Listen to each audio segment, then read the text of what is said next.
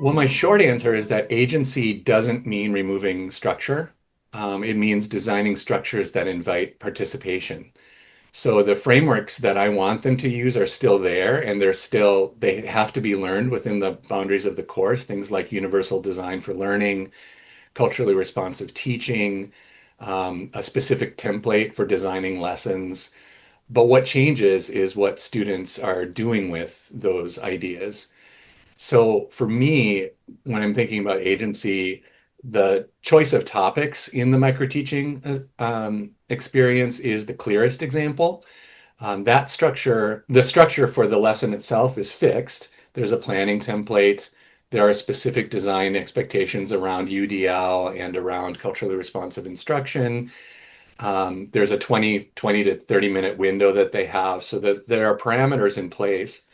But within that structure, students are choosing their topic, and that choice is entirely theirs. And it changes the whole dynamic because they come in with a baseline of genuine comfort and knowledge about their topic area, which frees them to think about more from an instructional design perspective. It reaches into what I call a palette of pedagogies that I model and I also teach strategies that promote things like open-ended questioning, student talk, and real engagement because they don't have to devote so much space into building their own content and conceptual knowledge. And the place where I'm most deliberate about constraint is the analysis work that follows their microteaching experience. If it was left completely open, most students would describe what happened rather than examining why it happened. And so I use some specific prompts in that analysis work. Things like what did you notice about engagement and what contributed to it? How did your choices align with course ideas? And what would you revise and why? These are questions that are designed to move students from description to interpretation. And that scaffolding is where students start to develop the habit of examining their own instructional decisions and not just executing those decisions. And it's that habit that really is what the whole course is trying to build, is that idea of instructional design, instructional decisions, and then being metacognitive enough following those decisions to be able to see how it might inform future practice, because that's what a career is built on.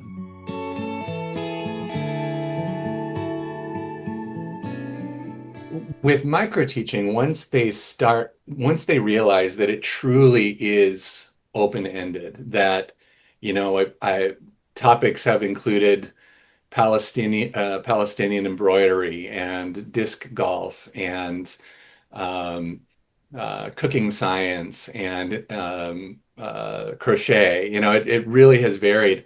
Once they realize that I truly can operationalize and teach towards something that I know how to do and that I am passionate or interested in, that frees up a lot of the challenge that they experience. And then the challenge is more rather than just a simple how to or how do I do this thing, how am I going to design this in a way that's going to tap into my students' prior experiences on the way into this topic?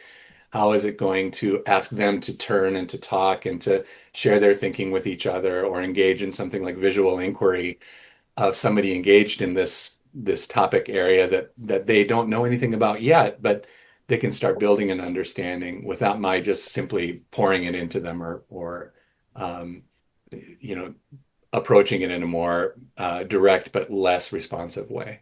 And I think the modeling that I do is helpful to them too, where I'll be bringing in, I rotate topics that I model for them with micro teaching, but it might be something like, I have an interest in Ghanese music, for example, and I'm not an expert, but it's something that I've been really interested in the instruments and the music of the country of Ghana. And so I teach a lesson that is really about trying to model for them how I didn't know as much as I would like about my topic, but I had a real strong interest in it. And it's that interest that drove me into the topic and then drove me into making some very specific instructional decisions. And I think that is really helpful for them to see that it kind of starts with the spark, and then it's what you do after you have that spark to really operationalize it and make it learning focused.